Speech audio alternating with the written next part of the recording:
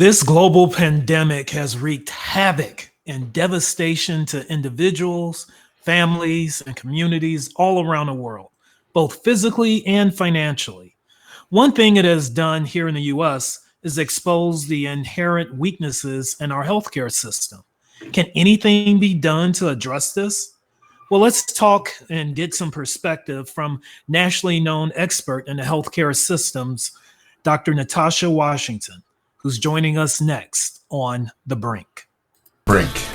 You're joining a group of entrepreneurs, brand makers, business owners, decision makers, power brokers, and risk takers, where we discuss business and marketing issues with insightful solutions.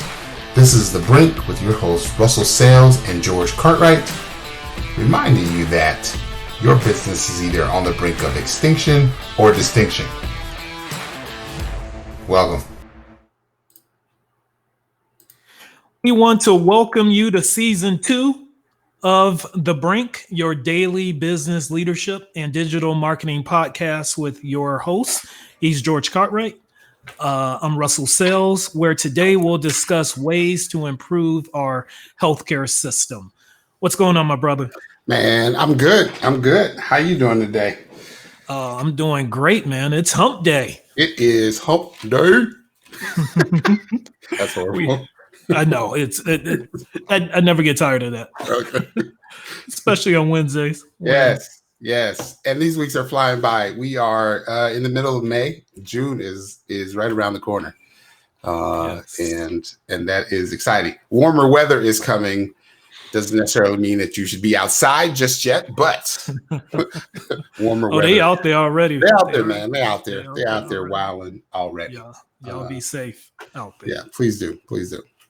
Just saying. So we got an exciting show today. We are talking to another healthcare guest, Yes. like we did yesterday with Kenneth. Yep. Rose, Mm-hmm. the president of Texas Health Mansfield. So that's exciting. That was exciting. But today we got another fantastic guest. Tell us all about her, Russ. Absolutely. Well, we're deeply honored and grateful to have another leader in the healthcare industry to join us. Dr. Natasha Washington's passion and belief in social justice has earned her national recognition for work in health equity and patient safety.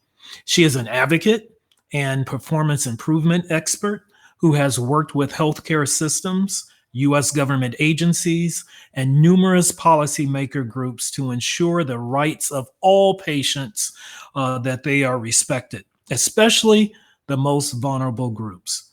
Dr. Washington currently serves as president and CEO of an independent consulting firm, ATW Health Solutions, out of Chicago, Illinois. She received her doctorate of health administration degree from Central Michigan. She's a friend of mine and hopefully a friend of yours. Dr. Natasha Washington, welcome to The Brink. Me. Thank you for spending some time with us out of your busy schedule. It's so good to see you. Likewise, it's good to see you. I heard George earlier talking about wilding out. I was, hey, I was ready to go outside. I was going to put blank on this in a second. Have you been quarantining? What have you been doing to stay safe and sane? I have. So actually, I am a new grandmother. Congrats. And yes, and so my first grandbaby, her name is Zuri J. Rain, and Zuri J was born January 24th, so I was quarantined. I want to go stay with my daughter about 2 weeks before the baby was born. Mm-hmm. I was ready to go home after those 2 weeks, and then I was like, no, that wouldn't be right. You need to stay. It's the first baby. So I stayed. And I stayed. She ended up having complications post-delivery. Mm-hmm. She ends up back in the hospital. So now I'm at home with a newborn baby. Oh, my. By myself. But I did good. Yeah, all right. My children are 30 and 23. So I did pretty good. You had to take the rust off, though. You had to kind of knock the rust off. I got it real quick. And so, so I literally have been quarantined since like mid-January. No joke. Yeah. So, and I just transitioned back to my home Mm. about not even 10 days. Okay. Oh So, yeah. boy. Well, So, I have a Zuri, so that's a fantastic name. I love that. Love that name. okay.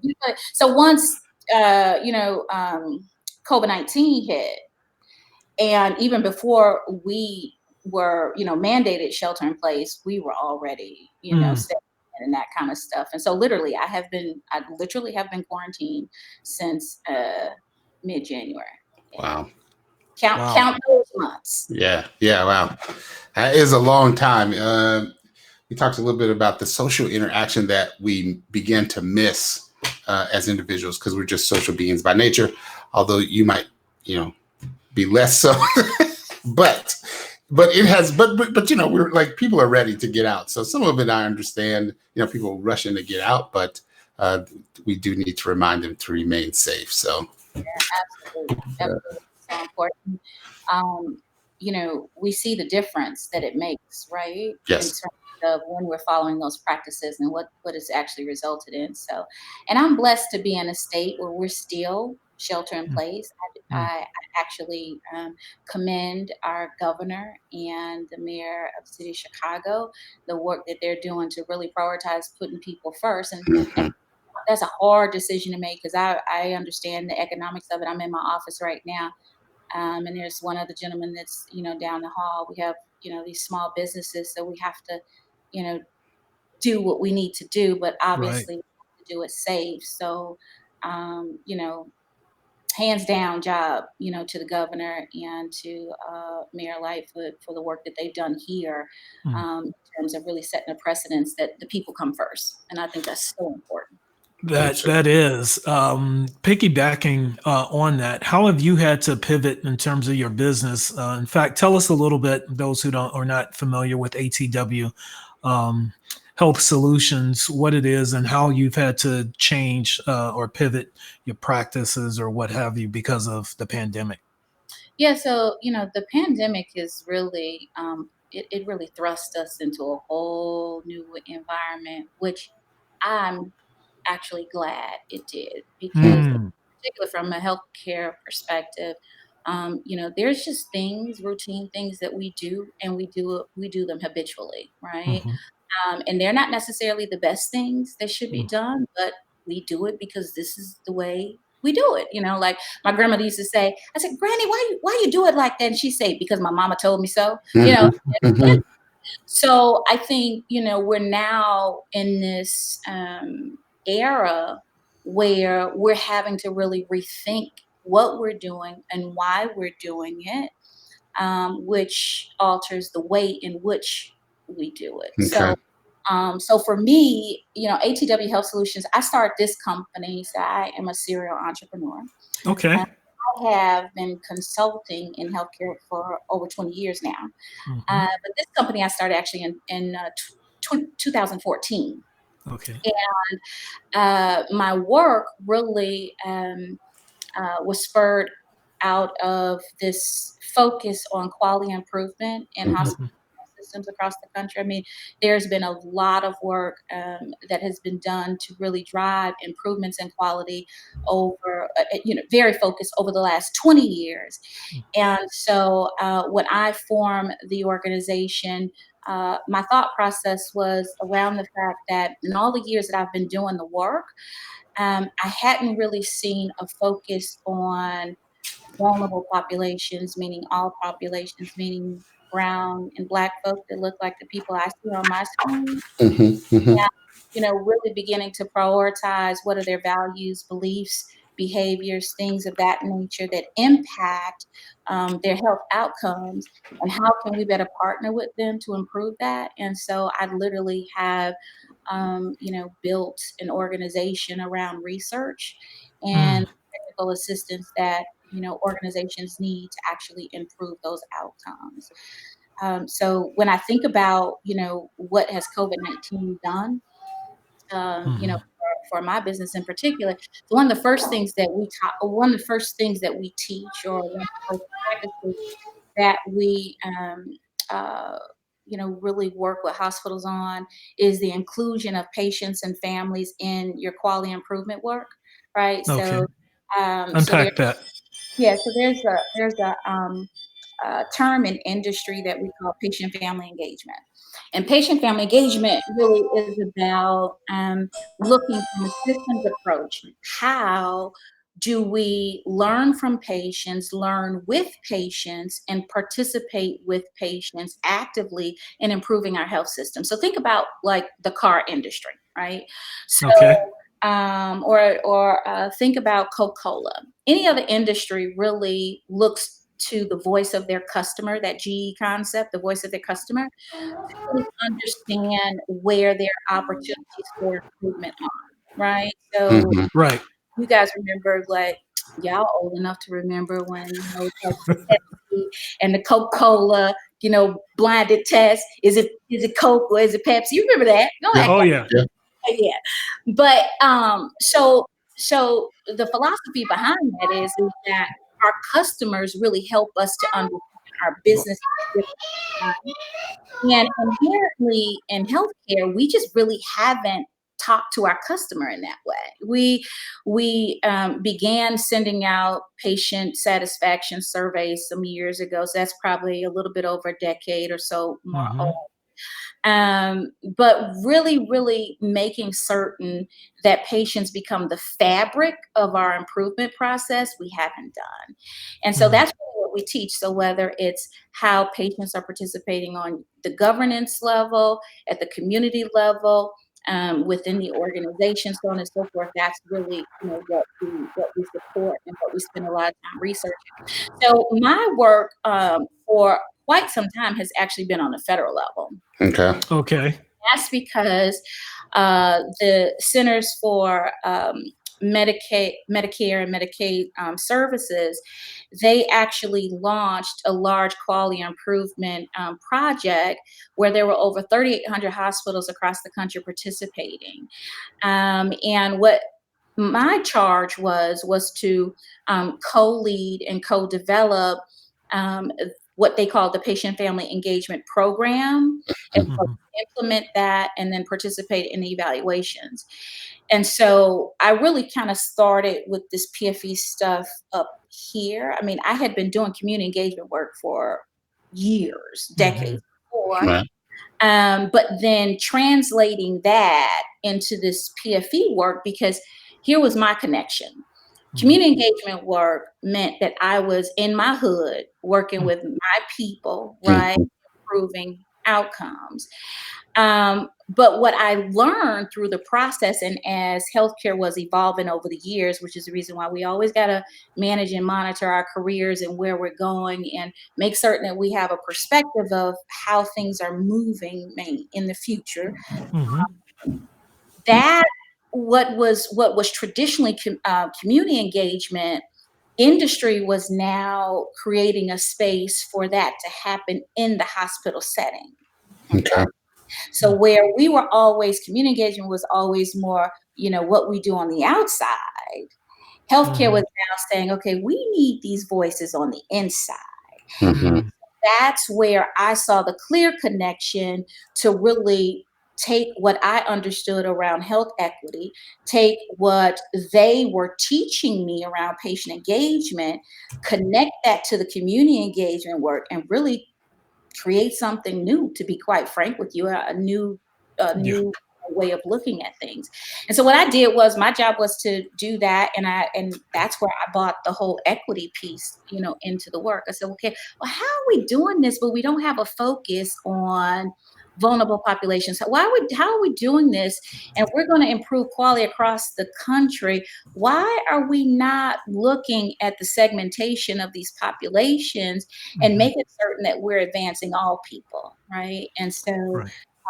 that has really catapulted into its own, project or program. But most of my work started off federal, still is, federal to a big degree. But that's really what I do. I focus on quality improvement. It is all about evidence and research. So, I don't do stuff that I don't believe in, that I can't see numbers to support it, right? But I use qualitative and quantitative methods. So real people are in my ear every day, shaping my thought process. So that it's just not about the numbers, right? Yeah. So take us a step back. That is a lot of research. Did you start out wanting to do research? How did you get involved in this field and go this deep? Is this something that you always wanted to do that was of interest to you? If I tell you the truth, you're going to think I'm lying, but I'm going to tell you the truth anyway. Okay. So the truth is I knew that I wanted to be in the space where I was impacting real people. Okay. I mean, like that's DNA, this is what we're supposed to be doing. Whatever vehicle, whatever platform you have, that's what we're supposed to be doing. Some of us do it in ministry within the church. Some of us do it in ministry outside of the church. So that was always going to be a mandate. But what I didn't know is that it would be in healthcare and it would look like this. Okay. Gotcha. Frank with you, how I got here, the way I often describe it is that, there was this default position that I was put in. So I defaulted in healthcare as a career, meaning I was looking for a job and I had a decent paying job to put me through school and take care of my babies. And it happened to be in healthcare. And as I was in that role, it further progressed to a career because I recognized that I could be of service to people in healthcare. And then so that career really manifested itself and aligned itself with my passions, right? My passion for health and so on and so forth. And now, I like to say it's accelerated itself into ministry. This is just what I do. Right. Days that I want to put it down. I'm telling you, it's been some days I said,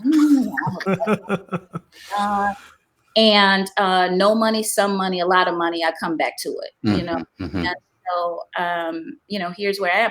I think the biggest thing, though, is really always having an eye for where things are going. Okay. Right. So, in other words, if you talk to me 20 years from now, that lowest common denominator in terms of the help and being of service to people, right? That will be there. But how it manifests itself and how it might evolve in this career that I've chosen could be very different in 20 years. I mean, look at the environment that we're in right That's true. now. That's true. I was gonna stay stuck, Yeah, I was gonna ask that, considering where we are now, and we can project that forward, but even right now with this pandemic, how does that strike you in terms of how some communities across this nation look like it's the apocalypse has just happened? And for many, it has. It's so devastating. While others, it doesn't appear that they've been touched by much. And it shows, does that reeks of inequality in healthcare and the systems? And how does that, how do we move on from there? How do we address that and then change this dynamic? Yeah. So my take on that is, number one, we have to recognize and understand that those gaps that we see, those inequalities that we see, it's a structural issue, right? And it's seen not just in healthcare, it wreaks itself in education. Look at all the not health systems, look at all the education right now that are transferring over to virtual platforms to do their teaching, but you still got the digital divide going on, right? And that digital divide, impacts communities that my aunt lives in, that sisters, brothers, you know what I'm saying? So it's structural, it's an inherent and it's a structural issue. And then until we really get to the point where we're not just looking at the technicalities of things, because I think sometimes it's just, step one, step two, step three, and we get in that humdrum. We really have to focus on policy that's going to break down that infrastructure and build the infrastructure that we need. So the truth of the matter is that if we look back before our generation, right, there were a group of people that saw the inherent issues within our infrastructure, and they carried the ball to the point which our parents picked it up. Mhm. And so, and our parents have passed us along while yet some issues, right? That Mhm. to deal with because everything wasn't executed perfectly. Um, Mhm. but Right. certainly we are not in the space that we were in then. We are far more educated. We do have more access, even though the Mhm. accesses aren't equivalent to the grades like me. The matter is that I do have more access than did my grandmother, right? Right. Right. And Right. so there is growth in that. What we have to do is understand what is our role in continuing to take on that charge and break down that infrastructure so that our children and that our grandchildren continue in this progress. And so, while that may seem like, years and years and years away, I do think environments like COVID Mhm. and exposing, the grade disparities has really shed a new light. When they start talking about disparities in COVID, honestly, maybe for like the first 4 or 5 days, I got a little depressed. And I'm being real transparent here. Right. Because Okay. Yes. the reason is because I live it every day. I Yeah. live it in the numbers. I live it in terms of, papers that I'm writing and Mhm. things that I'm doing and the coaching that I'm doing with hospitals. And then it's like, damn, and we went nowhere, Right. Mhm. Right. Mm. like, okay, well, we've made some progress. Oh my God, I've been working nationally with 3,800 hospitals, talking about this concept, getting them to look at these metrics, so on and so forth. And then that's what And I then that's what get, was, mhm. ooh, it was like going through a divorce. I Yeah. Mm. had all these emotions going on. I'm serious. It was like, at first I was sad about it. Then I got angry, Mm. and I was trying to find, so, what next? What next? Mm. And I think when I gathered myself and figured it out, Mhm. the truth of the matter was is that I just had to get back on my horse, brush it off, Right. get back on my horse and keep moving. And so I think that we have to understand, um, you know, the real meaningful way to moving this needle Mhm. is through policy. Okay. And we got to really start breaking down some systems that haven't always worked for our good. They think they are, because don't get me wrong, a lot of these systems, and I'm talking in healthcare, they're doing the right thing. They're caring for us. Mama got sick. She was, but at the end of the day, there is a bigger role. There is a Mhm. bigger role, and there's more to do. And I think we have to go on that discovery together. So where does two things that you said, and I think you answered one of them for me, and that was why when you look out into the future, sometimes you said you kind of uh, you feel a way about it because the needle needs to move, and policy is going to do that. But where does policy meet implementation? They've had some policies for a while that seems like if you would just implement these things, then there would be some change. Yeah. So you're absolutely right, is that it doesn't stop with just policy because that implementation has to be on point. And honestly, even in implementation, there's interpretation. Okay. Okay. Mm. And so what was meant in a particular policy, its interpretation does not always come out in its implementation. Hmm. And so here's the deal. You got to know your role in the game, right? And what Okay. I mean by that is that I know my role, generally speaking, right? I know, systems person. I'm a systems thinker. So when Hmm. it comes to implementation, please don't call me, right? Hmm. I can coach you and I can tell you what I intended. But the truth of the matter is, there are people that really specialize in this. I think it's really about understanding what our role is. And there are too many people, and this is Natasha just being really transparent and Mhm. really honest. Like even in this COVID environment, everybody got a COVID business now. It's like, oh, Okay. you know what I'm saying? Like everybody's business, your damn business ain't COVID, dude, right? Like Yeah. responding to COVID, but everybody's trying to come up with, their COVID response. I don't really have a COVID response, Hmm. right? My COVID response is compassion, is more Mm. love, is more being understanding, Mm. as we process our way through this. But I don't have a product for COVID. Mhm. And don't get me wrong, Mhm. there are people that I know that actually do have products very specific for the COVID environment in healthcare. And, I'm always intrigued by that innovation and the scientists and things that they come up with. And that's a blessing. But what I'm saying is that's not everybody. That ain't everybody's gift. That ain't everybody's anointing. Okay. There's some folks taking advantage of the situation. Yes. And so what I'm saying is let's, the word says, we sift the wheat from the tare. So at the end of the day, honestly, we just really need to be rightful about what our role is in the process. We stick to that. And really just stick to it. Implementation, yes, very important. But I do think that in a lot of instances, we have the wrong hands on implementation, meaning they don't really have the right interpretation. So how can you implement something that you really don't understand? Got it. So I see a lot of your work in order to make change on a system level is happening with policymakers, correct? Since they help govern and control those aspects of our system. It seems like in this political environment, is there a place where people can agree on when it comes to the healthcare of the nation, seeing that so many have struggled over time? Yes, we've made lots of gains, but as numbers bear out, not everybody. And with this generation getting older, the biggest generation, it seems like we're going to ask much more of our healthcare system. Is there hope in DC when it comes to, getting our arms around this? That's a difficult question. I know. So I think what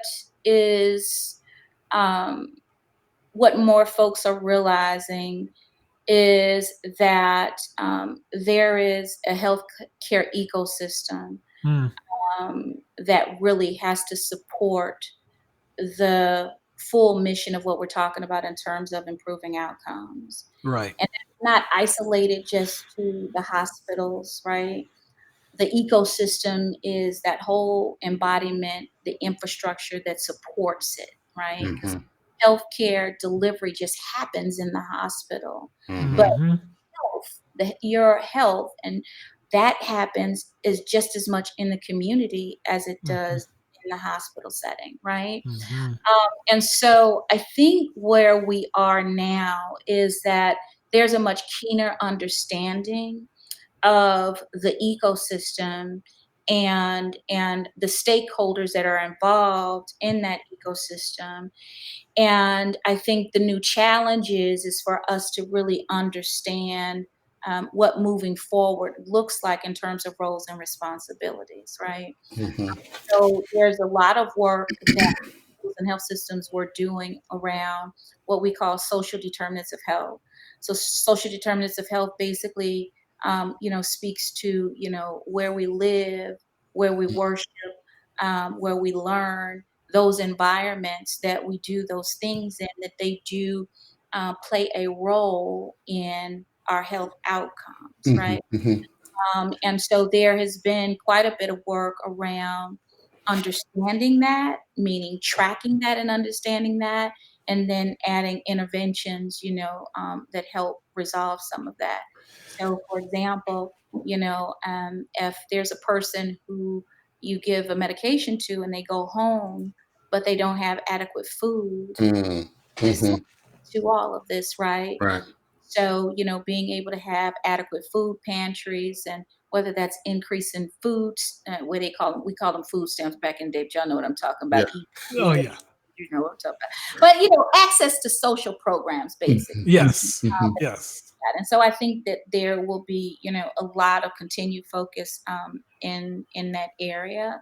And as difficult as it may sound, I think that we are likely going to explore more of healthcare as a right Okay. moving forward. Yeah. Than healthcare being a privilege, right? Got it. And so what that means and what that looks like from a policy perspective has yet to be determined, but I do think that there will be some more exploration of that piece. So when you and we talked about this with the president of the hospital yesterday, in that their mission is to affect these outcomes early, right? And so in some ways it sounds counterintuitive that if you have better outcomes, then people don't have to go to hospitals, and they're not, as dependent on drugs and all of these things during that process. And so where in our capitalist society does better outcomes early in the community make more sense for hospitals and for the healthcare system, so that there isn't this such a burden, or they are impacting people earlier, so that they don't have to have longer term care, or affected by diabetes, or any of these other things. How does that whole person, early intervention, better outcomes, how does that fit into the healthcare system? So let me reshape your thinking. Okay. So there will always be a need for a health system. Okay, I agree. There is no life, right, that we can think of, even in its most primitive stages, where there was not some intervention that we can classify that falls in that medical health, right? So healthcare will exist because it's fundamental. We need it, right? So shifting your thinking a little bit to technology in and of itself, irrespective of whether we have preventive services or not, technology is moving more patients out of the hospital quicker, faster, and back home into the community, right? Think about our aging parents. Technology allows us to sustain them in our homes now, as opposed to in a long-term facility, right?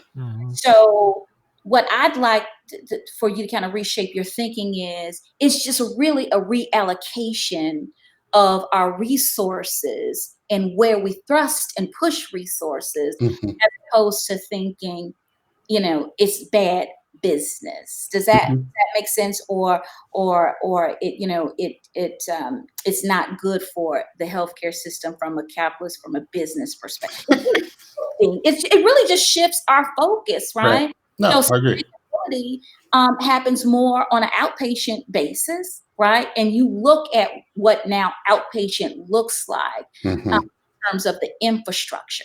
Look at the dialysis centers where people aren't going into the hospital anymore for dialysis, that some people have dialysis in their homes. And I would rather look at it from the perspective of, when we're really looking to improve outcomes, it's really about reallocating or shifting our focus, right, in that area. So if the area is all about preventive, then that's really where we start to shift more of the focus. Right now, we're not.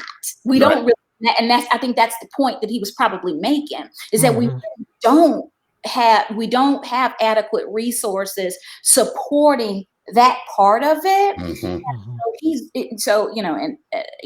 Again, I'm just hopefully in alignment with his mindset, but the point of it is that we begin to focus more and shift more resources in that area in order to improve overall outcomes. But that doesn't necessarily take away from, if you will, the health system. It really reallocates and right sizes our health system to meet those needs. Yeah, I think that's what, he was saying, that they have some preventative care in the community, and they are doing some things which seems to be counterintuitive to a healthcare system that wants to, make money, where they are trying to do preventative care. They're doing whole person care, where they're, mental, physical, and spiritual. And so they are, so he wasn't saying necessarily, this is counterproductive. He was saying that this is their approach to this Well, new approach to healthcare as a whole. just to kind of add to that, George, the other Mhm. thing is that understand that we're also moving into this, and we have moved into this value-based environment, Mhm. meaning that the reimbursement structure of our healthcare Yeah, system that was another question. now shifted where you're actually, payments are really predicated upon what those outcomes look like. Hmm. So it is important to have the food pantries. It is important to have the exercise and the respiratory, rehabilitation, programs and all of those things in place to improve outcomes. Because think about it, in the 80s and, when prior to that, the health system was paying just based on the encounter, Right. meaning I got sick, Right. hospital, whatever that was, Yeah. they got paid. And whether Natasha got better or not, Right. only thing we knew was discharged from the hospital. And so now our health system is saying, well, no, that's not quite enough. We want to make certain that Natasha is being put on a pathway to her best Right. outcome. And so that may require, other services, that may require other programs. And so that's really the other dynamic Mhm. is that we have moved into a new system, which is really driving, the way in which our programs look like, because we do have to produce better outcomes in order to get the Does that create some additional opportunities for other businesses or businesses to step up that haven't traditionally been involved in the healthcare and patient outcome end of it? Well, I think, first of all, on the social services side, Yeah. absolutely. So, of all the things that, I've talked about on the social services side, it definitely has shed a light, and it continues to, on resources. So whether it's transportation to and Hmm. from appointments, like I said, food pantries, just so from a social services standpoint, absolutely. I think what it's done is it helps us to really understand what we don't have, Mm. and where we need to improve. And then, again, it could be some right sizing going on as well, because in some instances we have resources, but they just they're not necessarily catering to or available in the right zip codes or the right areas. And so, there's that shifting that's going on. So that's one thing. And I do think that, again, from I talked about the technological or the technology piece. You think about what we're doing now with telehealth. I mean, we're on this video, because of where we are, and you guys aren't afraid to do media this way, right? But the Right. truth of the matter is that there are a lot of people that are now having to adapt to telehealth services and, talking with their physician like this and, having those types of encounters. And so I think from an innovation standpoint, technology in new ways is something, that also has a huge opportunity to really, begin to drive business differently in terms of our healthcare system. I would marry education along with technology, educating communities on ways to be healthy. And would you agree that, and I can kind of see where you may have alluded to this, um, while we would not have wished COVID upon anyone, Mhm. but this is possible an accelerant to a system and a society, seeing how essential all elements of the ecosystem are to making a community healthy. Yeah, Right. absolutely. So I thought about this morning, the state of New York, and Mhm. when there was 9/11. Hmm. Mm. When 9/11 happened, I was just finishing up my master's degree. And Mhm. I remember for like maybe the next 2 years, because I was doing an internship at Cook County Health System here in Chicago, I remember literally not being able to meet with the CEO, who was he was my preceptor. I remember not being able to meet with him for weeks and weeks at a time, because although 9/11 didn't happen in Chicago, Hmm. every hospital in the nation was having to revamp the way in which we did emergency preparedness. Hmm. Right. And so, and that exercise went on for at least a couple of years, if not more, after 9/11 happened. And 9/11 was isolated to New York. Right. It physically happened there, but it impacted our health system nationally.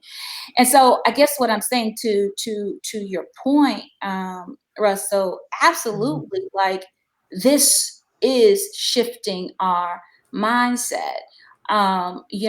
Hospitals would tell me before, because I would offer to do a lot of the coaching and things that we would do just like this by webinar. Mm-hmm. I could schedule classes, we can coordinate, we can have high impact.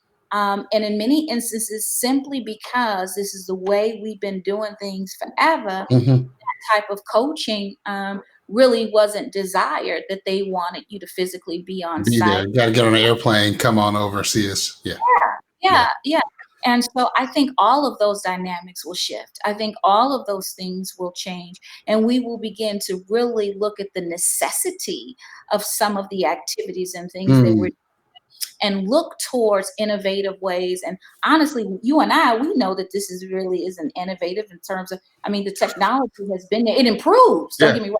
Technology improves, but the capability, the capacity, but it really takes the courage. Mm-hmm. That's really what it boils down to, is the courage to do it different. Like, we're going to do it this way. And so I think that we're in a place that we're having to rethink that, and we're having to build up our courage to do things differently. People, we can't implement telehealth because we can't implement it now. It's like this happened, and and my doctor got to do it under fire now. You got to do it under fire. Yeah. But here's the thing: we have to learn in the moment, and this is what I'm talking about. Learning in the moment is the most valuable thing. And I just don't know that we're really taking in what we're learning in this environment. Because a lot of times what happens is when you get in a situation, how you just get in and you do. I gotta get till tomorrow. Yeah. So I do what it takes today to get to tomorrow. But I'm really learning in the moment. Yeah. And so that's something that I, challenge all of us to kind of think about, because there are times when, I say, well, how did you get through that situation, Natasha? And I go, oh, Lord, I don't even, let me try to recall. So I'm prayerful that we are setting up mechanisms to learn in the moment. I'll give you an example. One of the things that we do now, so I like to practice what I preach. So we actually have a network of patients, and what we call patient, and yes, the fear changed, Don. We have patient advisors that are real people that have chronic conditions or have experienced things in the healthcare system, that are a voice to really help us think about how to shift and how to change, right? And so the network, which is Patient Partner Innovation Community, that what we call PPIC, that community really helps keep us honest in terms of what we think and how we see things, right?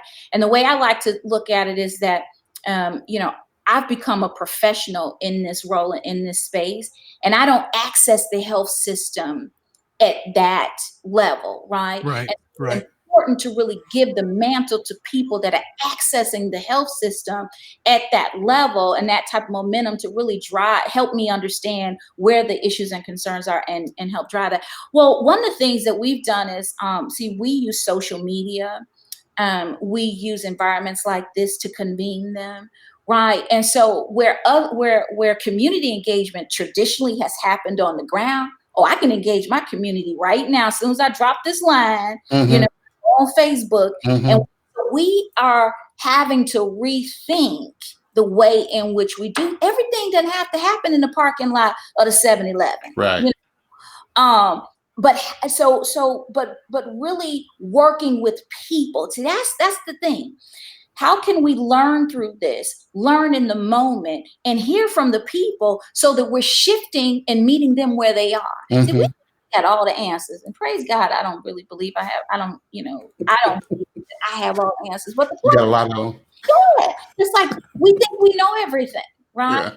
Yeah. And honestly, the best role that I've ever been in as a quote unquote expert Mm-hmm. is hearing from somebody else. Yeah. That's, Yeah. you know what I'm saying? Yeah. Like, God will give you things, and don't get me wrong, certainly He has blessed me with gifts. But that the biggest gift, and I remember even this, early in my career, they would ask me, Natasha, how did you figure that out? And I said, oh, I went down to the mail room and I talked to the lady that was passing around the mail. And I was down with the engineers in the boiling room. I was in the hospital. Right. And, I was talking to real people that were on the ground that could give me the real deal about the issues. Yeah. I could now take that and translate that, at the boardroom level and say, okay, here's the way we probably should look at this. So I think so often we discount real voices, real people in the process of change. And we get so caught up in, we just got to do it this way. So we can shut our hospitals down. Can't nobody come in. We don't want to talk to nobody. Thank you. We don't need you. We know how to deal with patients. And it's like, okay. No, we have to learn in the moment, and learn in the moment means we have to figure out how to do it together. And so I just think that this is a time for us to galvanize some energy around that, and hopefully we'll learn from it so that we get better on the back end. Awesome. I'm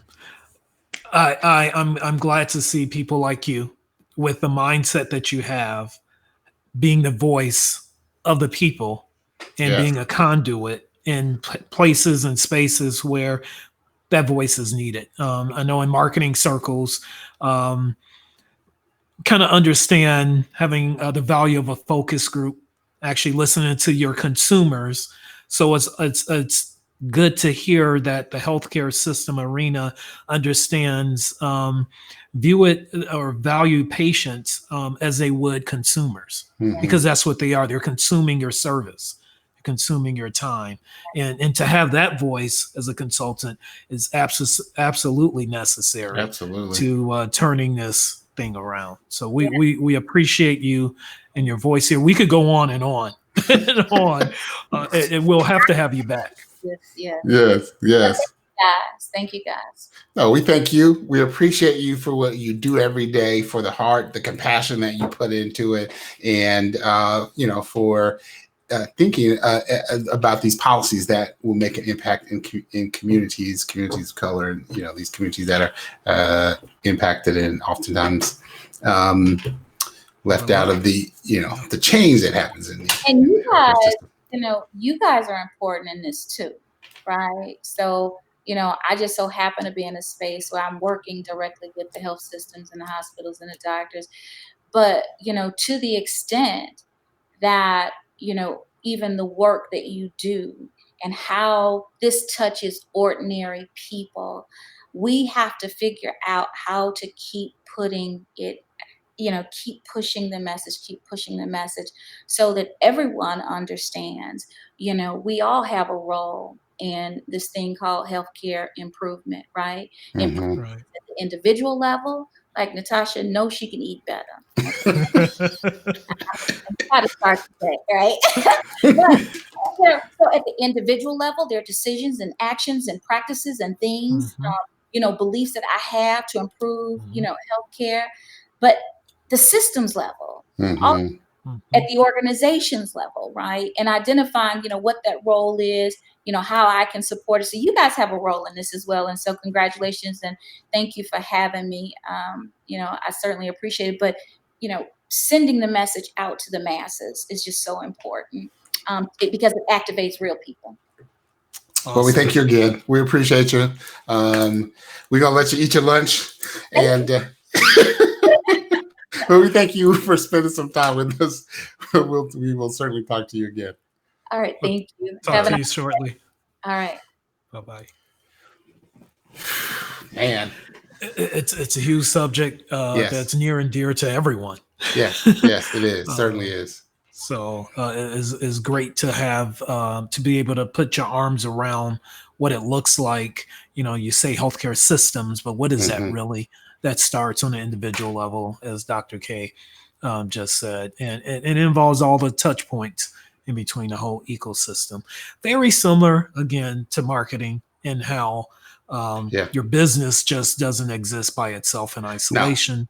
No. There's a way to reach your consumer, your prospective customer.